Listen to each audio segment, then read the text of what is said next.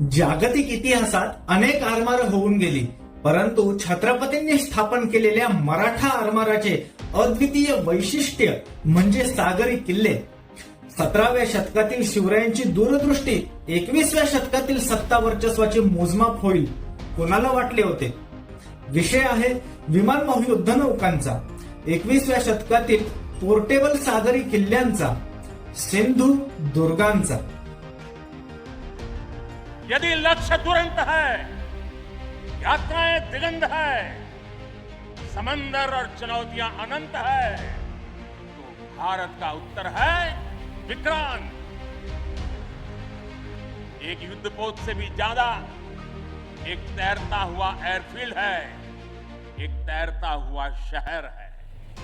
अभी तक इस तरह के एयरक्राफ्ट कैरियर केवल विकसित देश ही बनाते थे.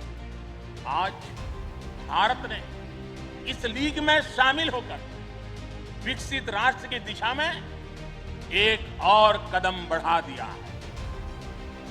वैदिक काल से लेकर गुप्त काल और मौर्य काल तक भारत के समुद्री सामर्थ्य का डंका पूरे विश्व में बजता था.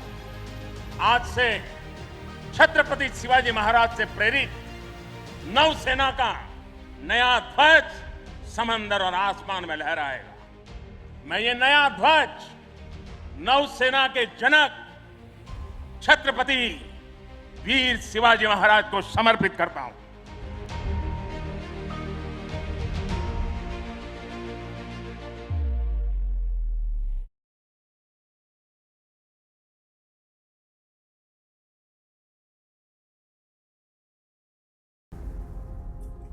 गेल्या 10 वर्षात भारताने स्वदेशी शस्त्रास्त्र निर्मितीमध्ये मोठी झेप घेतली आहे आणि याचा मुकुटमणी म्हणजे सप्टेंबर 2022 मध्ये देशाला समर्पित केली गेलेली स्वदेशी विमानवाहू युद्धनौका INS विक्रांत. गेल्या 70 वर्षातील सेकंड हँड आयडेंटिटी पुसून अखेरीस अमृत महोत्सवात भारत बायर नेव्ही वरून बिल्डर नेव्ही होतो आहे. आज भारतीय नौसेना स्वदेशीकरण की ओर पहले की अपेक्षा तेजी से आगे बढ़ रही है. कुछ ही महीने पहले माननीय प्रधानमंत्री जी ने देश का पहला indigenous aircraft carrier INS Vikrant भी राष्ट्र को समर्पित किया. पहले हमारी नेवी का अधिकांश इक्विपमेंट इंपोर्टेड होता था, लेकिन आज हम बायर नेवी से अब बिल्डर नेवी बन चुके हैं. इथून पुढे जाण्यापूर्वी या भागात आपण थोडासा इतिहास व पार्श्वभूमी समजून घेऊ. तर नौदलाचे प्रामुख्याने 2 प्रकार असतात, ब्ल्यू वॉटर नेव्ही आणि ग्रीन वॉटर नेव्ही.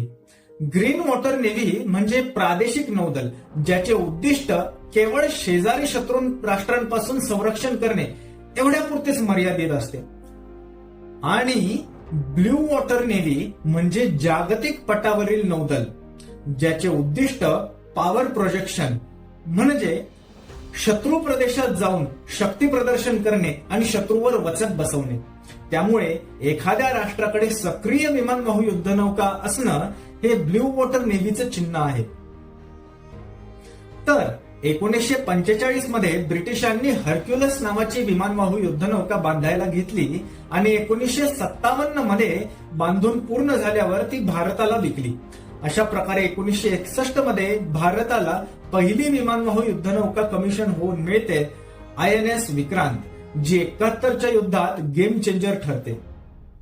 या युद्धनौकांचा कार्यकाळ साधारण 40 वर्ष असल्याने 1997 ला INS विक्रांतला रिटायर करण्यात आले आणि याचे अनुमान असल्यानेच तत्कालीन भारत सरकारने 1987 ला इंग्लंडवरून आणखी एक विमानवाहू युद्धनौका विकत घेतली, परंतु सेकंड हँड. इंग्लंडने 1959 मध्ये नौदलात रुजू केलेली हर्मेस नावाची युद्धनौका 84 ला त्यांनी रिटायर देखील करून टाकली आणि मग आपण 1987 ला तिला सेकंड हँड विकत घेऊन डागडुजीचा खर्च करून नौदलात सामील केले INS विराट आणि अखेर तिलाही 2017 मध्ये रिटायर करण्यात आले. त्याच काळात 1987 मध्ये सोव्हिएत युनियनने ऍडमिरल गोर्बाचेव नावाची युद्धनौका कार्यरत केली, परंतु विघटनानंतर रशियाने 1997 साली काही कारणास्तव तिला डिकमिशन केले आणि परंपरेचे पालन करत भारताने 2004 मध्ये तिला सेकंड हँड विकत घेतले, INS विक्रमादित्य. ही युद्धनौका आज कार्यरत आहे, परंतु येत्या 5 ते 6 वर्षात तिला देखील रिटायर करणे भाग आहे.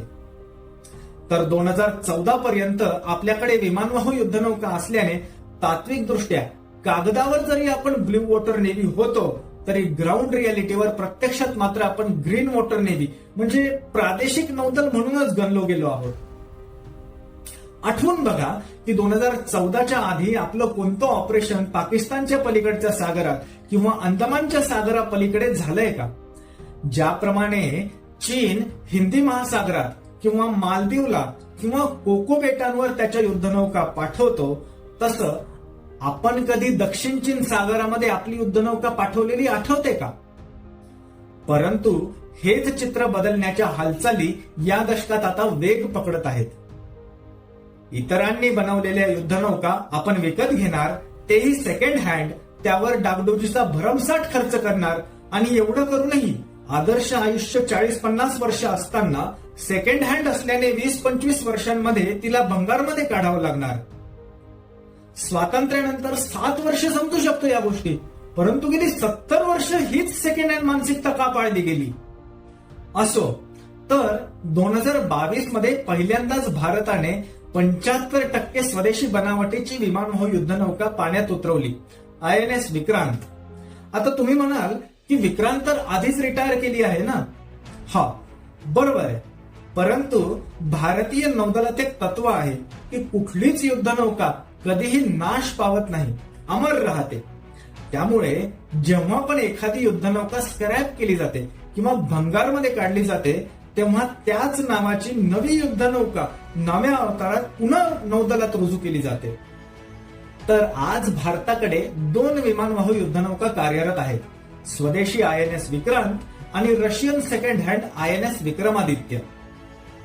आता सागरी गणित असं सांगतं की जेव्हा भारताच्या 3ही बाजूंना महासागराने वेढलेले आहे, तेव्हा कमीत कमी 3 विमानवाहू युद्धनौका सागरात सदैव तैनात असणे हा सागरी संरक्षणाचा एक ढोबळ नियम आहे.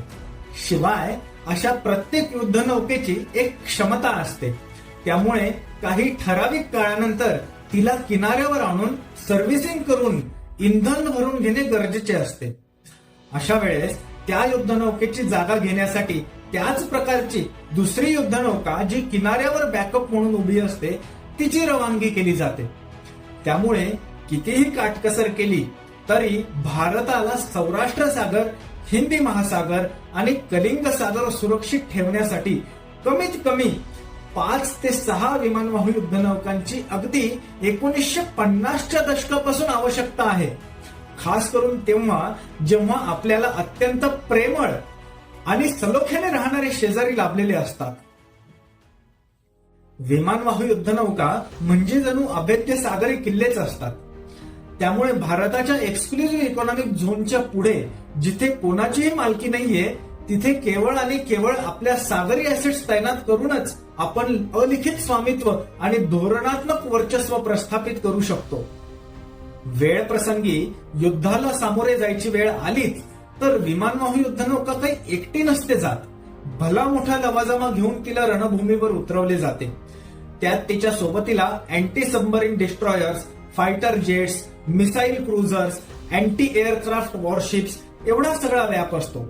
म्हणजे थोडक्यात सांगायचं झालं तर अख्खा पोर्टेबल सिंधुदुर्गच आपण हवा तिथे नेऊन उभा करू शकतो. याच संकल्पनेला प्रत्यक्षात उतरवण्यासाठी सध्याच्या सरकारचे नियोजन आणि 2047 पासून पुढील भारताचा जगातील दरारा यांची समीकरणे उलगडण्यासाठी लवकरच भाग 2 घेऊन येत आहोत. परंतु तत्पूर्वी एका गोष्टीची खंत राहून राहून वाटते की शिवरायांनी आपल्याला स्वबळावर एवढे सागरी किल्ले बांधायला शिकवले असताना देखील आपण गेल्या 70 वर्षात त्यांना इर्रेलेव्हंट ठरवत स्वदेशी तत्वाकडे डोळेझाक करून विदेशी सेकंड हँड खरेदीची फुशारकी जगभरात मिरवली. त्यामुळे सागरी शर्यतीत आपण मागे पडतोय आणि इतर सत्ता आपल्याला आणि आपल्या सागराला गिळंकृत करतील की काय या कल्पनेने धस्त होऊन हृदयात आपसुक स्फुरून जातं. की आपल्यात त्याच वंशाचा अंश आहे जो एकेकाळी आचमनी एक क्षणी तुझ प्याला सागरा प्राण तळमळला.